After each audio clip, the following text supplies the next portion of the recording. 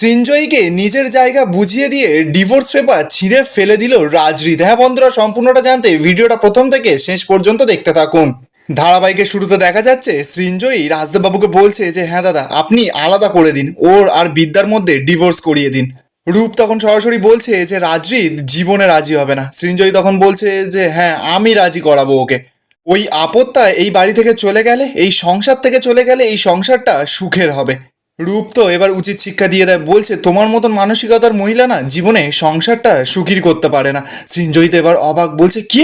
একদম না, আমাকে কোনো ইনসাল্ট করবে না এত লোকের সামনে।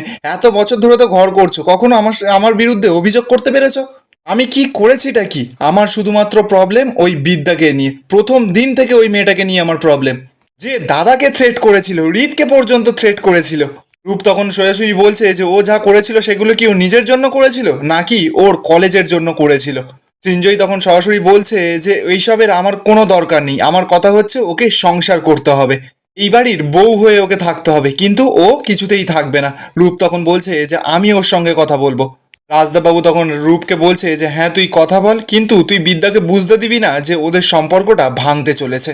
সঞ্জয় তো রাজদাবাবুর কানে বিষ ঢালছে, বলছে যে দাদা, ওর সঙ্গে বিদ্যার সম্পর্কটা না ভাঙলে বিদ্যাকে একা করা যাবে না, ওকে সম্পূর্ণভাবে একা করে দিন দাদা। রাজদাবাবুও তো এবার শয়তানের গাছ। রাজদাবাবু সৃঞ্জয়ীর কথা মতন চলছে, বলছে যে আমার মনে হচ্ছে সৃঞ্জয়ী যেটা বলছে একদম ঠিক কথা বলছে, রাজজিতের সঙ্গে ওর ডিভোর্সটা করিয়ে দেওয়াই উচিত, আর ওকে একা করে দেওয়া উচিত, ওকে কোণ ঠাসা করে দেওয়া উচিত, নইলে ও উপযুক্ত পানিশমেন্টটা পাবে না। অপরদিকে দেখা যাচ্ছে বিদ্যা তো সকল স্টুডেন্টদের নিয়ে কলেজে আন্দোলন করছিল, কলেজের মাটিতে মেঝেতে বসে আছে, সকলে তো খুব দুর্বল হয়ে পড়েছে। ঠিক তখনই তো সেখানে পিউ আর তোরসা গেছে। বিদ্যা তো এবার ওদেরকে দেখেই অবাক, বলছে মা তোমরা এখানে? তোরসা তখন বিদ্যাকে জানাচ্ছে যে আমার মেয়েটার চোখে এরকম ভাবে জল কেন। বিদ্যা তখন বলছে মা, আমি পৃথিবীর সঙ্গে লড়াই করে নিতে পারি, কিন্তু আমি আমার নিজের সঙ্গে কি করে লড়াই করব বলো?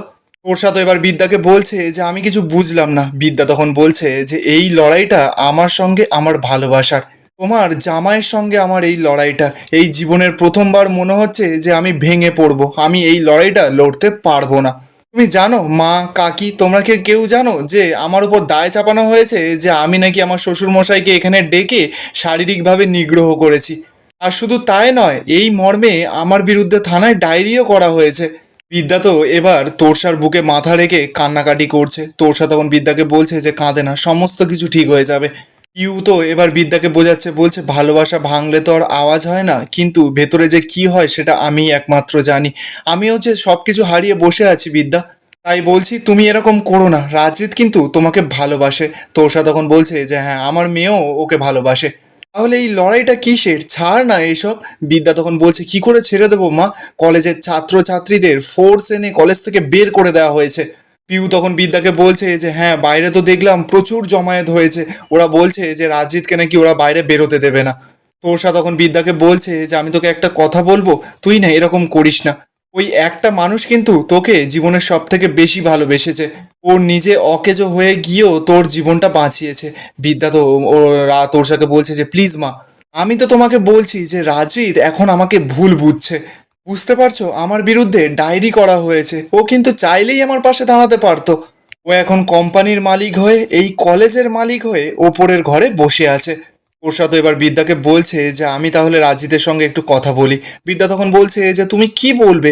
তোরসা তখন জানাচ্ছে যে আমি তো একজন মা, আমি শাশুড়ি হতে পারি, কিন্তু আমিও তো ওকে শাসন করতে পারি।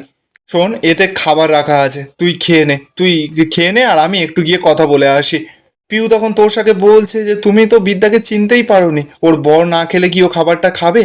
তোরসা তো বলছে যে হ্যাঁ হ্যাঁ, ও তো না খেলে আবার বিদ্যাও খাবে না, ঠিক আছে তুই একদম চিন্তা করিস না, আমি ওকে গিয়ে খাইয়ে দিয়ে আসি, তারপর না হয় তুই খেয়ে নিস। তোরসা তো এবার খাবারটা নিয়ে ওপরে চলে যায়। পিউ বিদ্যাকে বলছে যে আমি কি তোমার শ্বশুরমশাইয়ের সঙ্গে একবার কথা বলবো? বিদ্যা তখন বলছে কথা বলে কোনো লাভ নেই। পিউ তখন বলছে যে লাভ লোকসানের কথা পরে ভাবা যাবে বিদ্যা, কিন্তু এই দূরত্বটা না কিছুতেই মেনে নেওয়া যায় না। বিদ্যা, আমি তোমাকে বলছি যে ভালোবাসার লোকের না এই দুনিয়াতে প্রচুর অভাব। বারবার করে আমি তোমাকে বোঝাচ্ছি যে ভালোবাসার লোকের হাত ছেড়ো না, ভালোবাসার লোকের যে প্রত্যেকটা মানুষের চাই। অপরদিকে দেখা যাচ্ছে তোরসা তো রাজজিতের অফিসে গেছে। তো তোরসা এবার রাজজিৎকে বলছে যে আমি কি ভেতরে আসতে পারি? রাজজিৎ তখন তোরসাকে দেখেই চমকে গেছে, বলছে যে হ্যাঁ ভেতরে আসুন, ভেতরে আসুন। তোর সাথে এবার রাজিতের পাশে গিয়ে বলছে যে আমি তোমার জন্য এই খাবার নিয়ে এলাম একটু। রাজিত তো অবাক, বলছে যে খাবার? তোর সাথে তখন বলছে যে হ্যাঁ খাবার নিয়ে এলাম, বাইরে যা অবস্থা, স্টুডেন্টরা ছাত্রছাত্রীরা তো সব জমায়েত বেঁধেছে, আর তোমরা ভেতরে কি করছো, দুজন দুজনের সঙ্গে লড়াই করে যাচ্ছ। এরকম কেউ করে বলো তো? নিজেদের মধ্যে কথা বলে সমস্ত মিসআন্ডারস্ট্যান্ডিংগুলো আন্ডারস্ট্যান্ডিংয়ে পরিণত করে নাও। দাঁড়াও, তুমি একদম আর চিন্তা করো না, আমি তোমাকে এক্ষুনি খাবারটা সার্ভ করে দিচ্ছি। এই বলেই তো তোরসা যখনই খাবারটা বের করছে, রাজজিৎ তখন তোরসাকে জিজ্ঞাসা করছে যে বিদ্যা খেয়েছে? তোরসা তখনই সরাসরি রাজজিৎকে বলছে যে তুমি না খেলে কখনো ওই মেয়েটা খায়, তুমি দেখেছো? আমি তোমাকে একটা কথা বলবো, তুমি নিজের হাতে গিয়ে ওকে একটু খাইয়ে দেবে। রাজজিৎ তো এবার পুরো চমকে গেছে। তোরসা তো এদিকে রাজজিতের কাছে হাত জোর করে কাঁদছে আর বলছে আমি হাত জোর করছি, তুমি বিশ্বাস করো, মেয়েটা না সারা জীবন কিচ্ছু পায়নি। আমি তোমাকে হাত জোর করে বলছি, তুমি মেয়েটাকে ভুল বোঝো না, তুমি একবার নিজের হাতে মেয়েটাকে খাইয়ে দাও, দেখবে সমস্ত ভুল বোঝাবুঝি সব কিছু মিটে যাবে। আর তোমার বাবাকে এখানে ডেকে এনে ও শারীরিক নিগ্রহ করবে, সেরকম মেয়ে কিন্তু বিদ্যা নয়, ও কিন্তু এই শিক্ষায় শিক্ষিত নয়। ওর কাছে কিন্তু মূল্যবোধটা অনেকটা বেশি, বাইরে থেকে দেখলে হয়তো বোঝা যায় না। রাজি তখন তোরসাকে বলছে আচ্ছা ঠিক আছে, আমি গিয়ে খাইয়ে দিয়ে আসবো। তোর সাথে এবার কথাটা শুনেই খুশি হয়ে যাবে, বলছে হ্যাঁ সত্যি যাবে? হ্যাঁ, রাজি তখন বলছে যে হ্যাঁ সত্যি যাবো, চলুন। এই বলেই তো যখনই তোরসা আর রাজি দিতে যাবে, ঠিক তখনই তো সেখানে সৃঞ্জয় চলে আসে খাবার নিয়ে।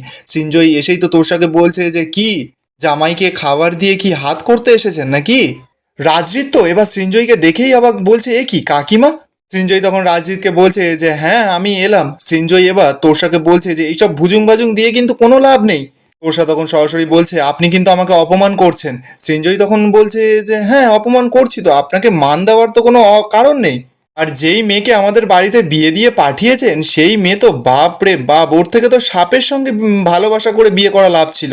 রাজিত তো এবার রেগে যায়, বলছে কি হচ্ছেটা কি কাকিমা? সৃঞ্জয় তখন বলছে তুমি না একদম চুপ করে বসে থাকো, তোমার বাবা ওদিকে না খেয়ে বসে আছে, তুমি এখন এই খাবারটা খাও। তোমার খাওয়া হয়ে গেলে তারপর তোমার বাবাকে ফোন করব, তারপর কিন্তু উনি খাবেন। আর উনি বলেছেন যে আমার ছেলে না খেলে উনি কিচ্ছু খাবে না। আর বাইরে কি হচ্ছে, বাইরে কি অসভ্যতামি হচ্ছে, ছেলেগুলো দাঁড়িয়ে কি করছে? ওরা কি তোমাকে এখান থেকে বেরোতে দেবে না? ওরা কি ভাবছে কি, দেশে কি কোনো আইন কানুন নেই নাকি? এবার তো সৃঞ্জয়ীর সঙ্গে রুষা, প্রীতি, পায়েল সকলে এসেছে। প্রীতি তখন সকলের মাঝে বলছে এটা কিন্তু ওরা খুব অন্যায় করেছে। পায়েলও তখন টোন কেটে কেটে বলছে যে হ্যাঁ বাইরে দেখলাম তো একটা কর্নারে বসে আছে বাড়ির বউ, তাও আবার কয়েকজন ছাত্রর সঙ্গে।